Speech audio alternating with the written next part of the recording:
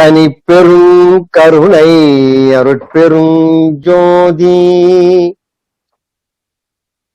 திருவருட்பிரகாச வள்ளலார் திருவடிகளே சரணம் சரணம். சத்குருநாதா சத்குருநாதா சன்மார்க்க சங்கம் தழைக்க அருள் தாதா. எல்லா உயிர்களும் இன்புற்று வாழ்க, வள்ளல் மலரடி வாழ்க வாழ்க. அருட்பெரும் ஜோதி அருட்பெரும் ஜோதி தனிப்பெரும் கருணை அருட்பெரும் ஜோதி. திருச்சிற்றம்பலம் திருச்சிற்றம்பலம் திருச்சிற்றம்பலம். எல்லாம் வல்ல அருட்பெருஞ்சோதி ஆண்டவர் மயமாக ஆகி நம்மையெல்லாம் வாழ்வித்து கொண்டிருக்கிற வள்ளற் பெருமான் பொன்னார் திருவடிகளை வணங்கி நம்மவர்களாகிய உங்கள் அனைவருடைய பொற்பாதங்களை மிக்க பணிவோடு வணங்குகிறேன். படிப்படியாய் சன்மார்க்கம் அறிவோம் என்கிற தொடரிலே, அந்த வகுப்பு முறைகளிலே நாம் பல படிகளை தாண்டி வந்திருக்கிறோம். இன்னும் ஏற வேண்டிய படிகள் ஏராளமா இருக்கின்றன. ஒரு திருப்பதி மலைக்கு போறப்ப 7 மலையை தாண்டி நடந்து போறவங்களுக்கு தெரியும் அந்த கஷ்டம். கார்ல பஸ்ல போறவங்களுக்கு தெரியாது. படி இருக்கு 7 மலைக்கு ஏறி போறதுக்கு. பழனி மலை போல பெரிய பெரிய மலைகள்லாம் மொத்தம் ஒரு 1000 படி இருக்குன்னு வச்சுங்களேன் பழனி மலைக்கு. ஏன்னா திருப்பதி மலைக்கு வந்து படி எண்ண முடியாது, நிறைய இடத்துல சரிவு பள்ளம் மேடெல்லாம் இருக்கும். இப்ப பழனி மலைன்னா அழகா படிகள் இருக்கு. அதுல விஞ்சில போறவங்களுக்கு தெரியாது, அங்கேயும் படியில ஏறி போறவங்களுக்கு தான் தெரியும். அந்த 1000 படியில நம்ம வந்து ஒரு 20 படி இறந்தா வச்சுக்கலாமா, ஒரு 10 படி இறந்தா வச்சுக்கலாமான்னு தெரியல எனக்கு. இந்த சிலபஸ் எல்லாருக்கும் அனுப்பிச்சிருக்கேன். அந்த சிலபஸை பார்த்தா தெரிஞ்சிடும் இன்னும் போக வேண்டிய தூரம் எவ்வளவு, நம்ம எவ்வளவு தூரம் போயிருக்கோம், நமக்கு இன்னும் எத்தனை நாட்கள் ஆயுள் வேண்டும். பெருமான்கிட்ட வேண்டிக்கும், பெருமானி எல்லாருக்கும் நிறைந்த ஆயுளும், நிறைந்த ஆயுள் கிடைத்த பின்னாலே நிறைந்த ஈடுபாடும், நிறைந்த ஈடுபாடு வந்த பின்னாலே நிறைந்த நலமும் ஆர்வமும் நேரமும் பொறுமையும் எல்லாம் இருந்து பெருமானுடைய அந்த திருவருள் நெறியை நாம் அறிந்து கொள்ள முயற்சி செய்ய வேண்டும். அறிந்த அந்த நெறிய வாழ்க்கையில பின்பற்ற முயல வேண்டும். அதுதான் இந்த ஒட்டுமொத்த இந்த வகுப்பினுடைய நோக்கமாக இருக்கிறது. ஆக அந்த அடிப்படையிலே நாம் ஒரு 2-3 வாரங்களாக 36 தத்துவங்களை முடித்த பின்னாலே நம்ம என்ன செய்துட்டு இருக்கோம்னா, கலந்துரையாடலாக ஒரு சில கருத்துக்களை சிந்திச்சுட்டு வரோம். இப்ப நீங்க இந்த கருத்து சிந்திக்கிறப்ப உங்களுக்கு தெரியும், சில கருத்துக்கள் நம்ம சிலபஸ்ல பாருங்க இடைநிலையில் இருக்காது, அது உயர்நிலையில இருக்கும், மேல்நிலையில இருக்கும். ஆனாலும் இந்த கருத்துக்களை சிந்திச்சுட்டு இருக்கிறோம். சரி பரவாயில்ல, நம்ம ஆரம்பிச்சிருக்கோம். ஆர்வத்தினால நம்ம சில கருத்துக்களை சிந்திக்கிறோம். சில கருத்துக்கள் இயல்பாக இடைநிலையும் இருக்கு. அதனால எல்லோரும் அந்த பாட பகுப்பு முறையை பார்க்காதவர்கள் அருள் கூர்ந்து ஒரு முறை அந்த பாட பகுப்பு முறையெல்லாம் பார்த்து விடுங்கள். ஏன் அதை சொல்றேன்னா, இதுக்கெல்லாம் பின்னால ஒரு முயற்சி இருக்கு இல்லையா. ஒரு சன்மார்க்க அந்த முறைகளை நம்ம உள்ள போகணும், அது ஆயணும், அந்த பகுப்பு முறையை செய்யணும், பாடப்பகுப்பு முறை சிலபஸை உருவாக்கணுங்கிற ஒரு முயற்சி இருக்கு இல்லையா. அந்த முயற்சி எப்பொழுது பயனுள்ளாக இருக்கும் என்றால், தொடர்புடையவர்கள் அதை கொஞ்சம் ஊன்றி பார்க்கிற பொழுதுதான். இல்லைன்னா என்ன அப்படின்னு கேட்டீங்கன்னா, ஒரு லைப்ரரியில ஒரு 1,00,000 புத்தகம் இருக்குன்னு வச்சுங்களேன், யாருமே படிக்கலாம் என்ன பயன் இருக்குங்க, அது போல ஆயிடும். அதனால தயவு செய்து எல்லாரும் ஒரு முறை அந்த சிலபஸ் எல்லாம் படியுங்கள். அதற்கு பிறகு நம்ம முறையாக படித்துக் கொண்டு சொல்றோம். இந்த கலந்துரையாடலே சென்ற வாரம் என்ன செஞ்சுச்சுன்னா, இந்த பிண்ட அனுபவ இலக்கணம். பிண்டம்னா இந்த உடல், இந்த உள் இருக்கக்கூடிய தூல சூக்கும உறுப்புகளுடைய அனுபவம். இந்த உடல்ல சூக்குமம் இருக்கு, தூலம் இருக்கு இந்த உடம்புக்குள்ள. இப்ப மனம் இருக்குன்னா சூக்குமம், கண்ணுக்கு தெரியல. ஆனாலும் அது வந்து கரணம்ங்கிற இந்த இந்திரிய கரணம் சொல்லுகிற உள்ளுறுப்புல ஒரு உறுப்பா இருக்கு. அதுபோல பெருமான் என்ன செய்யறாருன்னா, பிண்ட அனுபவ இலக்கணம் என்கிற இந்த பகுதியிலே இந்த உடலிலே என்னென்ன உறுப்புகள் இருக்கின்றன, என்னென்ன பணிகளை செய்கின்றன. இப்ப பாருங்க, கீழே வந்து கண்ணுக்கு தெரிகிற ஒரு உறுப்பு கரு உற்பத்திங்கிற ஒரு கேந்திரியம், அந்த பகுதி. அதை நம்ம கரு உற்பத்தியில ரொம்ப பறக்க பேசி இருக்கிறோம். அது வந்து இப்போ இந்த பிரம்மஸ்தானங்கிற பேரால சிந்திக்கும். அன்னைக்கு நம்ம பிரம்மஸ்தானங்கிற பேரை சிந்திச்சிருக்க மாட்டோம், கரு உற்பத்தி பாகங்கள் சிந்திச்சிருப்போம். அத பெருமான் இப்ப என்ன செய்யறாருன்னா, அதிலே இந்த பிரம்மஸ்தானம்ங்கிற ஒரு ஸ்தானம், ஸ்தானம்னா இடம், பிரம்மன் இருக்கிற இடம், அல்லது பிரம்மனுடைய செயல்படுகிற இடம்னு வச்சுக்கலாம். பிரம்மன் ஒரு உருவ ஒளியில யாரும் பிரம்ம மாதிரி ஒருத்தவங்க போய் உட்கார்ந்து இல்லைங்க உள்ள. பிரம்மனுடைய தொழிலாகிய படைப்பு தொழில் நிகழும் இடம். அதுக்கு அடுத்தது விஷ்ணு ஸ்தலம், விஷ்ணு ஸ்தானம், அல்லது விட்டுணு பெருமாள் நாராயணன் இருக்கக்கூடிய இடம், அல்லது நாராயணனுடைய செயல்படுகிற இடம், அப்படி வச்சுக்கணும் நம்ம தெளிவா. அடுத்தது ருத்ரன், அந்த அழித்தல் என்கிற தொழிலை செய்கிற அந்த சிவனுடைய தொழில் நடக்கிற இடம். அது போல மகேஸ்வர ஸ்தானம், சதாசிவ ஸ்தானம் உள்நாக்கு, பூர்வ மத்தியங்கிறது தான் விந்துஸ்தானம் ஒளிஸ்தானம். அதற்கு பின்னால அவருக்கு டப்னு குழந்தைக்கு அடிச்சுக்கிது பாருங்க நாதஸ்தானம். அதற்கு மேல பரவிந்து பரநாதம், அது 9வது ஸ்தானம். அதான் அந்த ஐயனாவெல்லாம் பார்த்தோம் போன வாரம். அதற்கு மேல திக்கராந்தம் மதிக்கிறாந்தம் துவாதசாந்தம் சுத்த சிவங்கிற 13 நிலையை பார்த்தோம். 13வது நிலையை நம்ம 2 தமிழ் எழுத்துக்களை ஒப்பிட்டோம். 9வது எழுத்து பரநாதம் என்று சொல்கிற அந்த இடத்திலே ஐயனாவை பார்த்தோம். அதற்கப்புறம் அந்த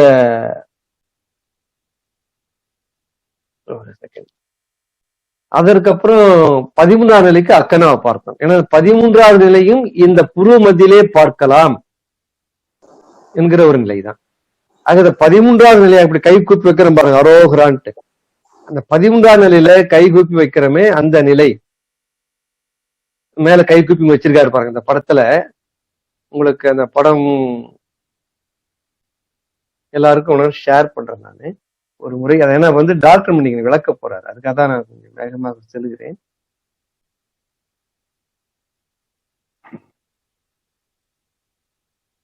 பாருங்க, இந்த ஜூம்ல காமிச்சிருக்கேன் நானு, எல்லாருக்கும் தெரியும் நினைக்கிறேன். இப்போ நான் சொன்ன அந்த 13 இருக்கு பாருங்க, பிரம்மஸ்தானம் கீழே 1வது, 2வது விஷ்ணு ஸ்தானம், 3வது ருத்ரன், 4வது மகேஸ்வரன், சதாசிவன், விந்து, நாதம், பரவிந்து, பரநாதம், திக்ராந்திகாரம் எல்லாம் இருக்கு. சுத்த சிவம். ஆக இந்த 13 தான் அரோகரான்னு சொல்லி கும்பிடுறது. அந்த நிலைக்கு போகிற பொழுது அதுதான் நம்ம தமிழ் எழுத்துல அக்கனான்னு பக்கத்துல போட்டிருக்கோம் பாருங்க, நீல இங்கில் எழுதியிருப்பேன். அது ஏன்னா இந்த வலதுகன் இடதுகன் புருவ மத்திங்கிறது அக்கனா. அந்த 13வது நிலை அனுபவத்தையும் இந்த புருவ மத்தியிலே பார்க்க முடியும்னு பார்த்தோம். இது முழுவதும் சிந்திச்சோம். இதுல என்ன ஒரு வியப்புனா, நம்ம பெருமான் சொன்ன கருத்துக்களை பெருமானுடைய வார்த்தையோடு சிந்திச்சோம். பெருமான் மேல் இருக்கிற ஈடுபாட்டினாலே பெருமான் சொல்வது அத்தனையும் சத்தியம் என்கிற உணர்வோடு இந்த நிலைகளை சிந்திச்சோம். இத இன்றைய உலகத்திற்கு இன்னும் இதை மனதில் ஆழமா போகணும்னா, பெருமான் சொல்லுகிற இந்த கருத்துக்கள், இந்த தானங்கள், உடல் நிகழக்கூடிய அந்த நிகழ்விடங்கள், நிகழ் செயல்கள் அத்தனையும் மருத்துவத்துறையிலேயும் பொருந்தி இருக்கிறது என்பதை ஒரு மருத்துவர் வாயால் சொல்லணும். ஏன் வாயால் சொன்னா அது சரி வராது.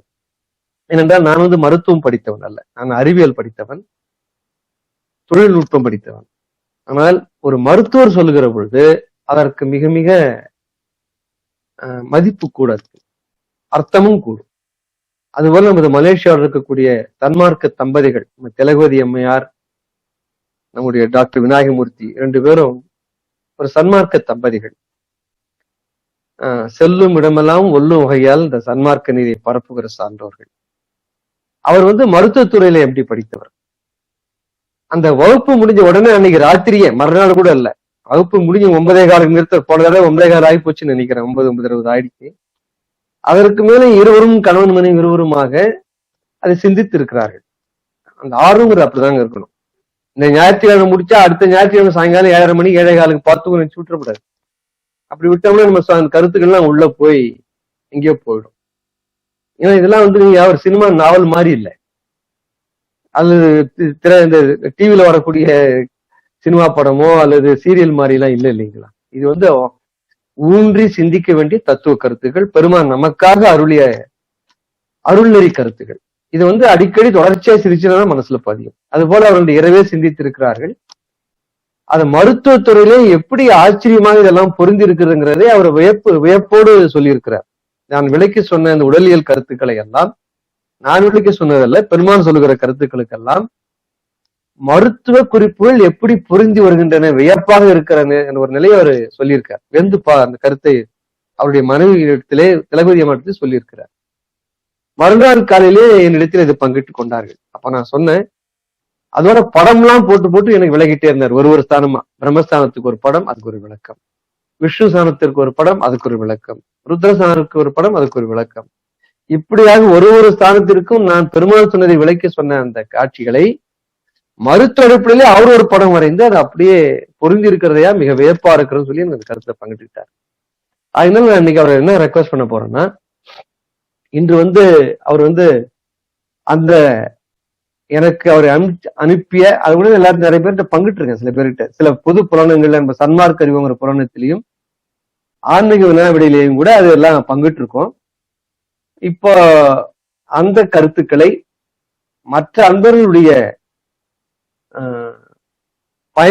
பயன்பாட்டிற்காக அவர் அதை எல்லோருக்குமாக அந்த பெருமான் சொல்லுகிற அந்த இடங்களுடைய பிரம்மா இடமாக இருந்தாலும் சரி, விஷ்ணு இடமாக இருந்தாலும் சரி, ருத்ர இடமாக இருந்தாலும் சரி, எப்படி அறிவியலோடு மருத்துவவியலோடு பொருந்தி போகிறது என்ற அந்த வியப்பான செய்தியை அவர்கள் நம்ம எல்லோருக்குமாக விளக்க வேண்டும் என்று உங்கள் சார்பாக நான் வேண்டி கேட்டுக்கொள்கிறேன். ஐயா, நீங்க ஸ்கிரீன் ஷேர் பண்றதா இருந்தா உங்களை கோஹோஸ்ட் போடணும் இல்லைங்களா டாக்டர் விநாயகமூர்த்தி ஐயா? ஷேரிங் ஆப்ஷன் கொடுத்துட்டேன் sir. Okay okay, very good. அப்ப ஐயா நீங்க ஆரம்பிக்கலாம். ஐயா நீங்க உங்களுடைய பிரசன்டேஷன் ஆரம்பிக்கலாம் ஐயா. அருட்பெருஞ்சோதி அருட்பெருஞ்சோதி தனிப்பெரும் கருணை அருட்பெருஞ்சோதி. எல்லோருக்கும் வணக்கம். என் பேர் டாக்டர் விநாயக மூர்த்தி. நான் சுங்கைப்பட்டாணி மலேசியால இருந்து பேசுகிறோம். நான் ஒரு எலும்பு அறுவை சிகிச்சை நிபுணர், அதாவது ஆர்த்தோபெடிக் சர்ஜன். சோ நான் பேச போறதெல்லாம் ஆர்த்தோபெடிக் சம்பந்தம் இல்லாத விஷயங்கள். ஆயினும் அந்த பெருமான் சொன்னதை ஏற்கனவே படிச்சிருக்கோம், ஆனா அவ்வளவு புரிதலா இல்ல. ஆனா ஐயா போன வாரம் அதை எளிமைப்படுத்தி விளக்கம் சொல்லும் போது எனக்கும் வியப்பா, ஐயா சொன்னது போல ரொம்ப வியப்பா இருந்துச்சு. சயின்ஸுக்கும் இதுக்கும் எவ்வளவு பொருந்தி பெருமான் விஷயத்த விளக்கம் கொடுத்திருக்காருன்னு. ஐயா அந்த பிரம்மனிடம் ருத்ரனிடம் அதே ரொம்ப வியப்பா இருந்துச்சு. இதெல்லாம் நம்ம உடம்புலயே இருக்கான்னு ஒரு ஒரு அந்த அந்த ஆனந்தம் சொல்ல முடியாது, அது வார்த்தைகளால சொல்ல முடியாது. அந்த உண்மைகள்லாம் தெரிஞ்ச பிறகு அப்புறம் அதை சயின்ஸ்ல மருத்துவ ரீதியா அதை ஒப்பிட்டு பார்க்கும் போது எவ்வளவு பொருத்தமா இருக்குன்னு நினைக்கும் போது இன்னும் பெரிய வியப்பா இருந்தது. சோ முடிஞ்ச அளவுக்கு நான் என்னோட அறிவுக்கு எட்டின அளவுக்கு நான் இதை விளக்கம் கொடுக்குறேன். ஐயா நான் ஷேர் பண்றேங்க slides. Please please please sir, please go ahead. Oh very good sir, it's coming the screen. Okay slide please. Okay, இது வரலாறு கூறிய பிண்ட அனுபவ இலட்சணமும் மருத்துவ அறிவியலும் ஒரு ஒப்பீடு இது. ஓகே, நம்ம பார்த்தது பிரம்மனிடம். சோ பிரம்மன் படைக்கும் கடவுள் அல்லவா, அதனால அவர் ஒரு உயிரை உருவாக்குற இடத்துக்கு அவரை கடவுளா நம்ம முன்னோர்கள் பேரிட்டு இருக்காங்க. அதாவது நம்ம உடல் உறுப்புல இன்னொரு உயிர் உருவாக்குற இடம் ஆங்கிலத்தை கோனாட்ஸ்ன்னு சொல்லலாம். இது ரெண்டு ஆண்கள்ல டெஸ்டிகல்ஸ் அண்ட் ஆல்சோ இந்த பெண்கள்ல ஓவரி, அதாவது கருமுட்டை பையா, சினைமுட்டை பை. டெஸ்டிகல்ஸ் விந்து அகம்லையா, விந்து அணுப்பை. சோ இந்த ரெண்டு உடல் உறுப்பும் என்ன அதிசயம்னா, இதோட அதாவது நம்ம உடம்புல கரு உற்பத்தி ஆகும் போது இந்த ரெண்டு உடல் உறுப்பும் நம்ம தொப்புள் பகுதியில இருந்துதான் அது உருவாகுது. அதாவது அது கரு உற்பத்தி ஆகும் போது அதோட எம்பிரியாலஜிக்கல் ஆரிஜின் சொல்லுவோம், அது அந்த இடத்துல இருந்து தான் உற்பத்தி ஆகி அப்புறம் அது அங்க இருந்து இறங்கி வருது. சோ அதனால அது அங்க அதோட வளர்ச்சி அங்க ஆரம்பிக்கிறதுனால அதோட ரத்த நாளங்கள் அந்த இடத்துல இருந்து வருது. இன்னொன்னு அதோட நரம்பு கூட அந்த இடத்துல இருந்து வருது. சோ நீங்க அந்த படத்துல பாத்தீங்கன்னா அந்த ரெட் கலர்ல வந்து நான் ஆர்ட்ரிஸ் வந்து போட்டிருப்பேன். ஒன்னு வந்து ஓவேரியன் ஆர்ட்ரி, இன்னொன்னு வந்து டெஸ்டிகுலர் ஆர்ட்ரி. இது ரெண்டும் வந்து அந்த தொப்புள் பகுதியில இருந்து ஏறக்குறைய அந்த கிட்னியோட வடிவம் உங்களுக்கு தெரியும். அங்க இருந்து அது கீழே கொஞ்சம் அங்க இருந்து நம்ம இந்த ஓவரிஸ்க்கும் டெஸ்டிஸ்க்கும் வருது. சோ இதுல வந்து நமக்கு என்ன தெரியுதுன்னா இந்த மூல அக்னின்னு நம்ம அந்த உரைநடை பகுதியில படிச்சோம். ஐயாவும் விளக்கம் கொடுத்தாரு. அதாவது அந்த உஷ்ணம் வந்து இந்த இடத்துல இருந்து தான் நமக்கு அந்த ரெண்டு உறுப்புகளுக்கும் இறங்கி வருதுன்னு நமக்கு இதுல விளங்குது. அதாவது விஷ்ணு இடத்துல இருந்து இந்த பிரம்மன் இடத்துக்கு வந்து உஷ்ணம் வருதுன்னு நம்ம எடுத்துக்கலாம். அதாவது தொப்புள் பகுதியில இருந்து இந்த ரெண்டு கோனாட்ஸ்க்கும் வந்து நம்ம ரத்த நாளங்கள் வந்து அங்க உஷ்ணம் கொண்டு வருதுன்னு நம்ம எடுத்துக்கலாம். இதான் வியப்பு. இன்னொன்னு வந்து இதோட நரம்பு வந்து நான் ஏற்கனவே சொன்னது போல அதே இடத்துல இருந்து தான் அது வருது. சோ இப்ப இந்த விந்தகத்துல வந்து ஏதோ அடிபட்டுட்டா அந்த ஆண்களுக்கு தெரியும். அது அதோட பெயின் வந்து நம்ம இந்த தொப்புள் பகுதியில தான் நம்ம ஃபீல் பண்ணுவோம். இதோட காரணம் என்னன்னா இது வந்து ஒரு ரிஃபர்ட் பெயின் சொல்லலாம். ஏன்னா நம்ம குடல் உறுப்புகளுக்கு வந்து இந்த தோல் மாதிரியான சென்சேஷன் வந்து அது கிடையாது. அந்த வலி வந்து நுட்பமா இருக்காது, ஒரு டல் பெயின் மாதிரி இருக்கும். இப்ப தோல்ல வந்து நமக்கு எதுவும் காயமா பட்டுச்சுன்னா ரொம்ப எரிச்சலா ஒரு ஷார்ப்பான பெயின் இருக்கும்.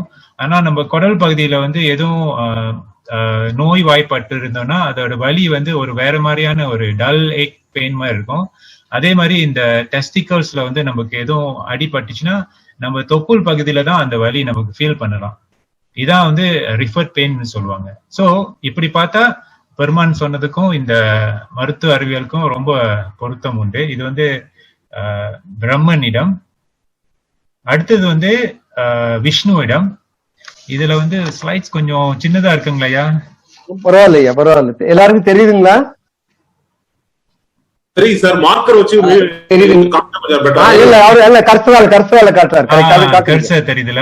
கை வச்சு அப்படியே ஜூம் பண்ணா தெரியுங்க. கையில வச்சு அப்படியே லைட்டா நம்ம அந்த இமேஜையே ஜூம் பண்ணா தெரியுங்க. இல்ல அந்த ஃபர்ஸ்ட் இமேஜ் காமிச்சீங்க அதே கூட கொஞ்சம் ஆனா பிரசன்டேஷன்ல போட்டுருக்காரு. பிபிடி ஆமா, இது ஸ்லைட்ஸ்னால இது ஜூம் ஸ்லைட்ஸ்ல பண்ண முடியாது. டைரக்ட் ஸ்லைடா இருந்தா பண்ணலாம். பிபிடில இருக்கிறதா அது பெருசு பண்ணுவாங்க. கற்பனால காட்டுங்க போதும். ஓகே, இதுல வந்து விஷ்ணு இடம்னா விஷ்ணு வந்து படைக்கும் கடவுள் அல்லவா? சோ நம்ம காக்கும் கடவுள் அல்லவா? அதனால நம்ம உடம்ப வந்து பேணி காப்பது வந்து நம்ம சாப்பிடுற உணவு தான் நம்ம உடம்ப வந்து காத்துக்கிட்டு இருக்கு. இந்த உணவு இல்லைன்னா நம்ம எல்லாரும் இறந்து போயிடுவோம். சோ அதனால அப்படி நம்ம பார்த்தோம்னா அந்த விஷ்ணு இடம் வந்து கண்டிப்பா நம்மளோட குடல் பகுதியா தான் இருக்கணும். அதாவது இந்த குடல் பகுதி நம்ம எடுத்துக்கிட்டோம்னா அது இரைப்பை வந்து ஸ்டமக்னு சொல்லுவோம். அப்புறம் சிறு குடல் இருக்கு, அப்புறம் பெருங்குடல் இருக்கு. இது மூணு வந்து பெருமான் சொல்லியிருக்காரு. அதாவது இரைப்பை, அப்புறம் இன்னும் கொஞ்சம் டெர்மினாலஜி ஐயா பாய்ச்சிருக்காரு. அது ஒன்னொன்னா நான் விளக்குறேன் அறிவியல் பூர்வமா. இன்னொன்னு வந்து வடவாகினின்னு சொல்லியிருக்காரு. விஷ்ணு இடம், அப்புறம் வெள்ளை திரவம், காரண அக்னி, அப்புறம் ஆதிசேஷன். இது எல்லாமே வந்து இந்த குடல் பகுதியில வந்து நம்ம பார்க்கலாம். சோ முதல்ல என்னன்னா இந்த இரைப்பை, இது வந்து ஸ்டமக்னு எடுத்துக்கலாம். அதாவது நம்மளோட வயிறு பகுதி. இதுக்குள்ள வந்து நம்ம சாப்பிட்ற உணவை வந்து ஜீரணப்படுத்துறதுக்கு வந்து சில என்சைம்ஸ், அப்புறம் ஹைட்ரோகுளோரிக் ஆசிட்னு இருக்கு. அந்த என்சைமோட பேர் வந்து பெப்சின். இந்த என்சைம் என்ன செய்யும்னா நம்ம சாப்பிட்ற புரோட்டீனை வந்து இது அமைனோ ஆசிட்ஸா சின்ன சின்ன மாலிக்யூல்ஸா அதை பிரேக் டவுன் பண்ணும். இது வந்து நம்ம வடவா அக்னியா நம்ம எடுத்துக்கலாம். அடுத்தது வந்து விஷ்ணு இடம் வந்து நான் சொன்னது போல இது வந்து சிறு குடல்ல தான் வரணும். ஏன்னா இந்த சிறு குடல்ல தான் நம்ம சாப்பிட்ட உணவு வந்து கடைசியா எல்லாம் ஜீரணமான பிறகு அது வந்து ரத்தத்துக்கு வந்து உறிஞ்சப்படும். அந்த அப்சார்ப்ஷன் வந்து இந்த சிறு குடல்ல தான், ஐலியம்ல தான் அது நடைபெறும். இங்க வந்து 3 வகையான சத்து பொருட்கள் வந்து உறிஞ்சப்படும். அதாவது புரோட்டீன், கார்போஹைட்ரேட் மற்றும் ஃபேட்ஸ், அப்புறம் மற்ற வைட்டமின்ஸ் எல்லாம் இருக்கும்.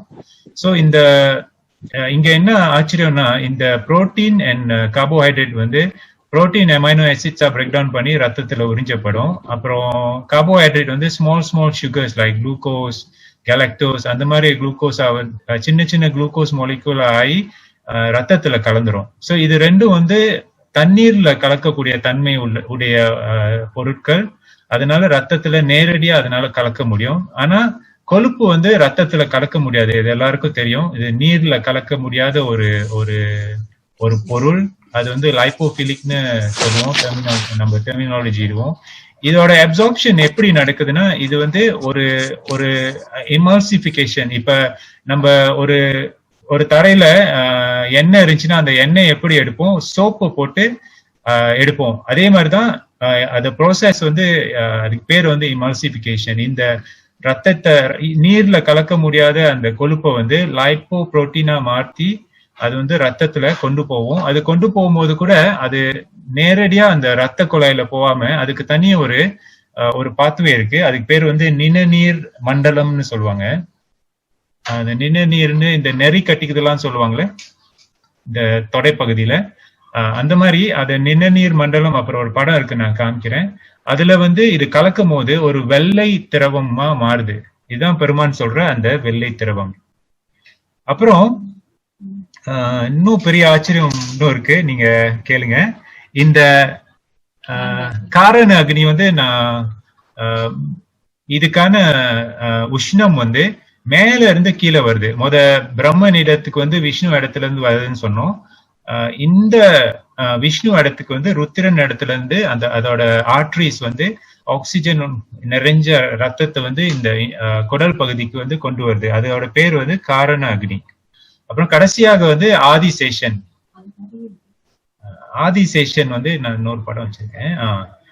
சோ ஆதிசேஷன் வந்து நீங்க இந்த இது வந்து பெருங்கொடல். இந்த பெருங்கொடல்ல வந்து வந்து நான் காமிச்சது வந்து ஆர்டரிஸ், இது வந்து வெயின்ஸ். அதாவது ரத்தம் கொண்டு வர்றது வந்து ஆர்டரிஸ், அதுல வந்து ஆக்சிஜன் நிரம்பி இருக்கும், அது வர்ணம் வந்து சிவப்பா இருக்கும்.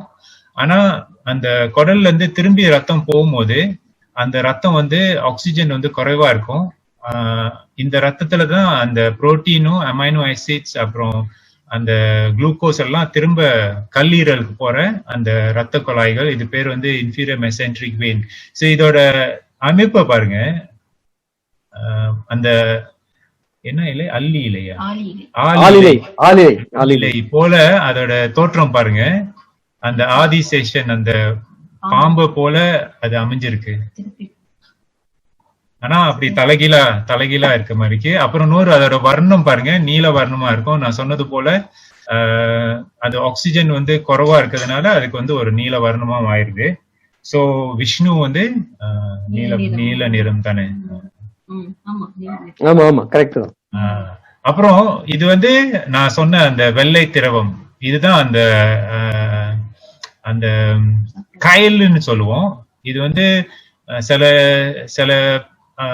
நோயாளிகள் வந்து அந்த நிணநீர் மண்டலம் வந்து அவங்களோட நுரையீரல போய் வெடிக்கும். அது வந்து ஊசியை குத்தி அவங்க வெளியே எடுத்த அந்த பால் நிறத்துல உள்ள காயில். சோ அது அந்த லங்ஸ் கிட்ட இருக்கிறதுனால அது பேர் கைலோதொராக்ஸ்னு போட்டிருக்காங்க. சோ அந்த நிணநீரோட மண்டலம் வந்து நான் இப்ப காமிக்கிறேன். சோ இதுதான் அந்த நிணநீர் மண்டலம், இந்த பச்சையா இருக்குங்களா. சோ இது வந்து நம்மளோட பாடிக்கு வந்து அந்த டிஃபென்ஸ் மெக்கானிசம்ல வந்து ரொம்ப முக்கியமான ஒரு மண்டலம். இது ஒரு இடத்துல வந்து ஒரு இன்ஃபெக்ஷன் இருந்துச்சுன்னா அது ஒரு லிம்ப் நோட் இருக்கும். அந்த இன்ஃபெக்ஷன் அங்க கொண்டு போய் அந்த பாக்டீரியா அங்க கொண்டு போய் அதுல உள்ள செல்ஸ் வந்து ஃபேகோசைட்ஸ் வந்து அந்த பாக்டீரியா எல்லாம் சாவடிச்சிரும். அதனாலதான் அந்த தொடை பகுதியில வந்து இல்லைன்னா கழுத்து பகுதியில, அக்கல் பகுதியில நெறி கட்டி இருக்குன்னு சொல்லுவாங்க. சோ இந்த நிணநீர் மண்டலத்துல தான் அந்த கொழுப்பு வந்து நேரா மேல ஏறி இந்த கழுத்து பகுதியில அது நேரா ஹார்ட்டுக்கு நேரா அந்த பிளட் வெசல்ஸ்ல இணைஞ்சிடுது.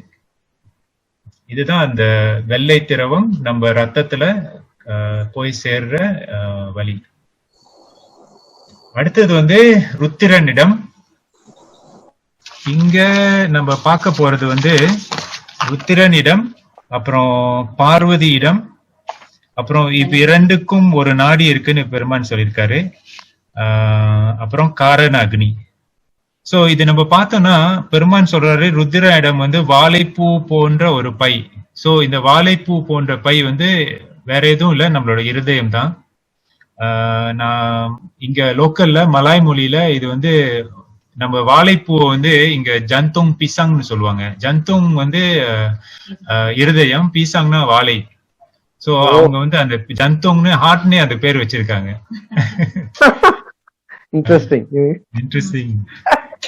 ஓகே, அப்புறம் இப்ப இருதயம்னா இந்த பார்வதி இடம் வந்து நம்மளோட நுரையீரல் தான். ஆனா பெருமான் வந்து இடது புறத்துலன்னு சொல்லியிருக்காரு. ஆனா இது இடதுலயும் இருக்கு, வலதுலயும் இருக்கு. சோ இது ரெண்டையும் கனெக்ஷன் பண்றதுக்கு நான் ஒரு நாடி இருக்குன்னு சொல்றாரு. அது இந்த பல்மனரி வெயினும் இருக்கு. இது வந்து நம்ம ஹார்ட்ல இருந்து ஆக்சிஜன் குறைவான ரத்தத்தை வந்து நுரையீரல் கொண்டு போய் அங்க வந்து அந்த நாடியில வந்து ஆக்சிஜன் நிரம்பின பிறகு திரும்ப அந்த ரத்தத்தை வந்து ஹார்ட்டுக்கு கொண்டு வரும். அதாவது வலது பக்கத்துல இருந்து போயிட்டு திரும்பி வரும்போது இடது பக்கத்துல வந்து சேரும். சோ இதுதான் பெருமான் அந்த ஒரு இடத்துல சொல்லுவாரு. அதாவது அந்த அளவு வந்து மிக குறைவாத பட்சம் குறையாமல் மிகாமல் பார்த்துப்பாருன்னு அந்த ஒரு இடத்துல குறிப்பு இருக்கீங்க ஐயா. அப்புறம் விளக்கமா சொல்லுவாரு. அந்த ஆக்சிஜன் லெவல வந்து கரெக்டா இதுதான் சீரா வச்சிருக்கோம். அந்த லங்ஸும் அந்த கார்டியோவாஸ்குலர் சிஸ்டம்னு சொல்றது அந்த பிளட்ல உள்ள ஆக்சிஜன் லெவல வந்து சீரா அது கூடயும் போகாம குறையும் போகாம பாத்துக்குவோம். அடுத்தது வந்து காரன் அக்னி. இது ஏற்கனவே நம்ம பார்த்துட்டோம். இது வந்து மெசென்ட்ரிக் ஆர்டரிஸ். இந்த ருத்திரன் இடத்துல இருந்து தான் அந்த ரத்த நாளங்கள் போய் நம்ம குடலுக்கு போவோம். அதாவது ருத்திரன் இடத்துல இருந்து விஷ்ணு இடத்துக்கு அந்த பிளட் சப்ளை போகுது. என்னால என்ன கணிக்க முடியலன்னா இந்த வெண்மை நிறம், அதாவது கைலாயம்னு சொல்றாங்க. இந்த வாழைப்பூ போன்ற பைக்கு வந்து வெண்மை நிறம், அப்புறம் பார்வதிக்கு வந்து பசுமை நிறம்னு இது ரெண்டும் என்னால கனெக்ஷன் பண்ண முடியலைங்க. அடுத்தது வந்து கணபதி முருகன். இதான் கடைசி. இதான் ஆக பெரிய ஆச்சரியமா எனக்கு இருந்தது. பெருமான் என்ன சொல்றாருன்னா குண்டலி வட்ட நரம்பு. நீங்க இந்த ஏவர்த்தா பாருங்க. இந்த நம்ம இடது இருதயத்துல இருந்து ஒரு இது தெரியுதுங்களா? குண்டலி வட்டம் அப்படியே வளைஞ்சு போகுது பாருங்க. பெருமான் சொல்றது போது அந்த குண்டலி வட்ட நரம்புன்னு சொல்லியிருக்காரு. இதோட அடிப்பாகத்துல பாருங்க இந்த நரம்பு வருது. பெருமான் சொல்றது போல அந்த அடிப்பாகத்துல நரம்பு வருது. இது வந்து வலது புறமும் ஒண்ணு இருக்கு, இடது புறமும் இருக்கு. என்ன ஆச்சரியம்னா பெருமான் சொல்றது போல வலது புறத்துல உள்ள அந்த நரம்புக்கு வந்து 5 முக்கியமான பிரான்ச்சஸ் இருக்கு. அது 5 முக்கியமான பிரான்ச்சஸா பிரியுது. லெஃப்ட் சைட்ல உள்ள வந்து 6 பிரான்ச்சஸ் இருக்கு. முக்கியமா நிறைய சின்ன சின்ன பிரான்ச்சஸ் எல்லாம் இருக்கு. ஆனா முக்கியமான பிரான்ச்சஸ் வந்து 6 தான். சோ இங்க வந்து 5 கரத்தனைன்னு நம்ம சொல்றோம்ல விநாயகரை. இந்த பக்கத்து வந்து சண்முகம் 6 சோ 6 பிரான்ச்சஸ் இங்க இருக்கு. இன்னும் பெரிய ஆச்சரியம் என்னன்னா இப்ப ஒண்ணு வந்து அண்ணன் சொல்றோம், ஒண்ணு தம்பின்னு சொல்றோம். அது காரணமும் இங்க நம்ம பார்க்கலாம். அதாவது நம்ம இருதயத்துக்கு வந்து பிளட் சப்ளை கொடுக்கறது வந்து இந்த ஆர்டரிஸ் தான். இந்த ஆர்டரிஸ் எல்லாம் பிளாக் ஆகுனா தான் நமக்கு ஹார்ட் அட்டாக் வரும். இந்த ஆர்டரிஸ் வந்து என்ன செய்யுதுன்னா இந்த ஹார்ட் பம்ப் பண்றதுக்கு அந்த ஹார்ட்ல வந்து ஒரு எலக்ட்ரிக்கல் சிஸ்டம் இருக்கு. இந்த எலக்ட்ரிக்கல் சிஸ்டம் வந்து அந்த கரண்ட் அதுல போறதுனாலதான் இந்த ஹார்ட் வந்து கரெக்டா அது எது விரியணும் எது சுருங்கணும்ட்டு அது சீரா அமைந்திருக்கு. சோ இப்ப இதுல வந்து எந்த ஆர்டரி வந்து இந்த எலக்ட்ரிக்கல் சிஸ்டம்க்கு பிளட் கொடுக்குதோ அதுதான் அந்த ஹார்ட்டுக்கு வந்து டாமினன்ட் ஆர்டரி, அதாவது அண்ணன் நம்ம எடுத்துக்கலாம். இப்ப 80% ஆஃப் பீப்புள் அந்த ரைட் கொரோனரி ஆர்டரி தான் இந்த எலக்ட்ரிக்கல் சிஸ்டம்க்கு வந்து ரத்தம் கொடுக்குது. சோ அப்படியே நம்ம பார்த்தோம்னா 80% இந்த ரைட், இந்த கணபதி தான் அண்ணனா இருக்காரு, முருகன் வந்து தம்பியா இருக்காரு. அப்புறம் கடைசியா இந்த மாத்திரை அளவு வந்து நான் இப்ப இந்த ஸ்லைட் செய்யும் போது என்னால கண்டுபிடிக்க முடியல. ஆனா பெருமானோட கருணை, இன்னைக்கு நான் வாட்டுக்கு ரவுண்ட்ஸ் போகும்போது என்னோட நண்பர், என்னோட கலீக், அவர் வந்து இஸ் எலக்ட்ரோ பிசியாலஜிஸ்ட்.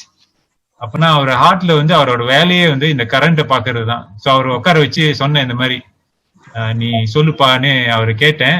அப்புறம் கரெக்டா வந்து அவர் எனக்கு இந்த ஒரு செய்தியை சொன்னாரு. என்னன்னா பெருமாள் என்ன சொல்லியிருக்காருன்னா அந்த 62 மாத்திரை, கணபதி நாடிக்கு 62 மாத்திரை, அப்புறம் முருகன் நரம்புக்கு வந்து 40 மாத்திரைன்னு சொல்லியிருக்காரு. ஸோ இந்த ஸ்லைட்ல நமக்கு வந்து இந்த 0.07, 0.21, 0.3னா இப்ப இந்த இடத்துல தான் அந்த கரண்ட் வந்து ஸ்டார்ட் பண்ணும். இந்த இடத்துல இருந்து இந்த கடைசி வரத்துக்கு வந்து எவ்வளவு டைம் எடுக்குதுன்னு தான் இந்த சார்ட்ல காமிக்கிறாங்க. ஸோ இங்க இருந்து இங்க வர வந்து 0.7 செகண்ட்ஸ் ஆகுது. அப்புறம் இங்க இருந்து இந்த கடைசிக்கு வருது 0.21 செகண்ட்ஸ் ஆகுது. இங்க இருந்து இங்க வரதுக்கு வந்து 0.23 செகண்ட்ஸ் ஆகுது.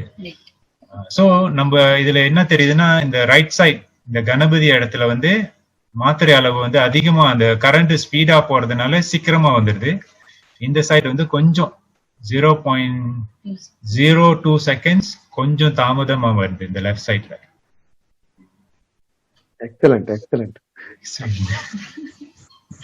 இதெல்லாம் ஆச்சரியம் தான். அதெல்லாம் வியப்பா இருக்குங்க, வியப்பா இருக்கு உள்ளபடியே. பாருங்க பெருமான் வந்து அவர் மூலமா கரெக்டா கடைசி நேரம் தெரிவிச்சுட்டாரு பாருங்க அதையும். ஆமா அதான் இன்னைக்கு அப்பா எனக்கு செலுத்திச்சு. அவரு அங்க உட்கார்ந்து இருந்தாரு. அவரு நார்மலா இன்னைக்கு வரமாட்டாரு. ஆனா அவரு ஒரு வாரத்துக்கு ஒரு முறை தான் வருவாரு, வியாழக்கிழமை வருவாரு. ஆனா இன்னைக்கு உட்கார்ந்து இருந்தாரு அங்க.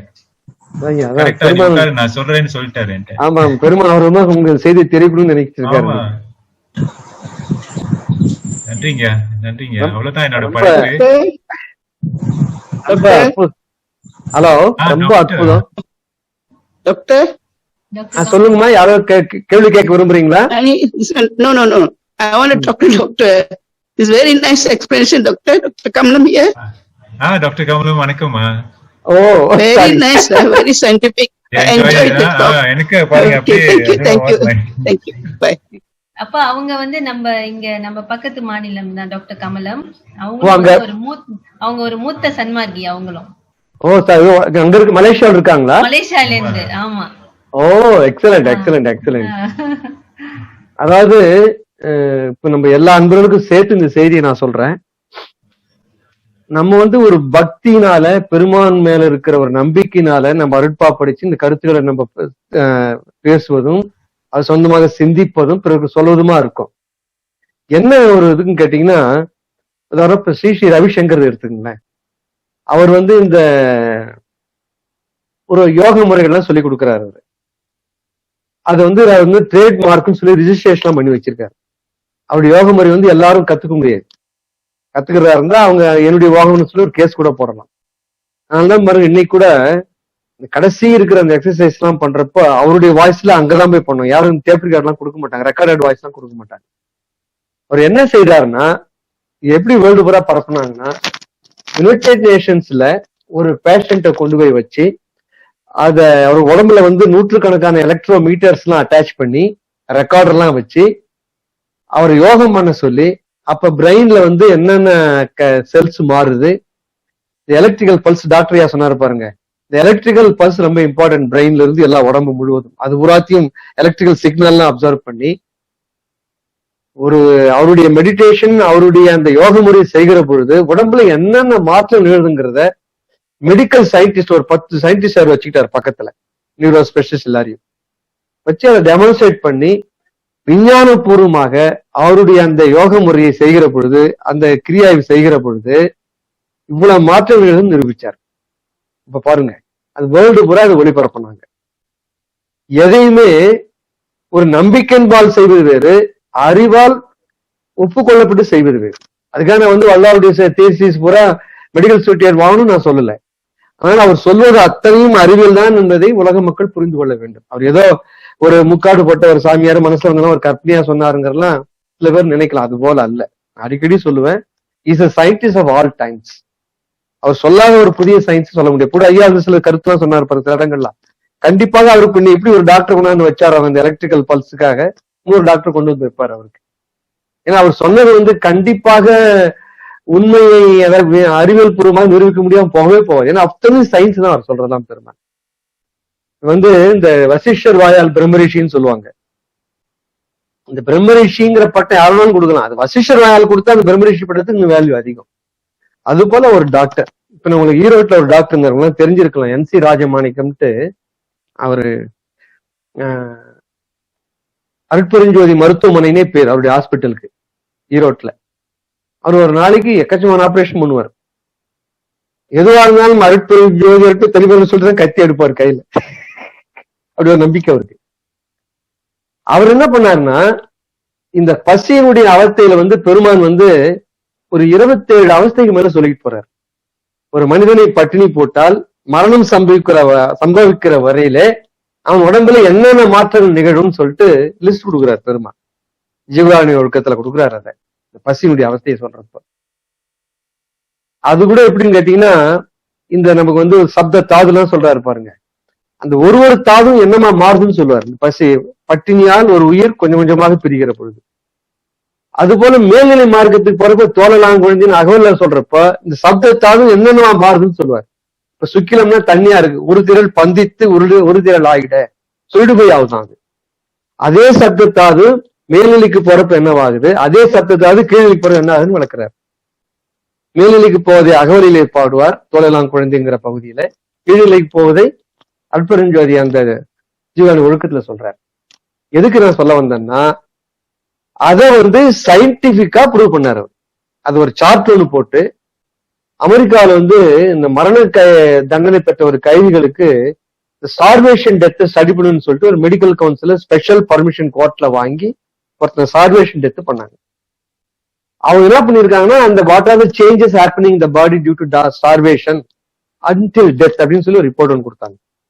அது என்ன ஆச்சரியம்னா, டாக்டர் ராஜமாணிக்கு ரெண்டுக்கும் சைட் பை சைட் போட்டு பிரசன்ட் பண்ணுவார். பெருமான் எந்த ஆர்டர்ல சொல்றாரோ அந்த உயிர் பிரிகிற ஸ்டேஜ் வரல, அந்த 27 மார்க் என்னென்ன ஆர்டர் சொல்றாரோ அதே ஆர்டர் மெடிக்கல் ரிப்போர்ட் இருக்கு சார். அந்த பிசியலாஜிக்கல் சேஞ்சஸ் என்னென்ன ஆகுது உடம்புல, என்னென்ன மாற்றல் அடையுது,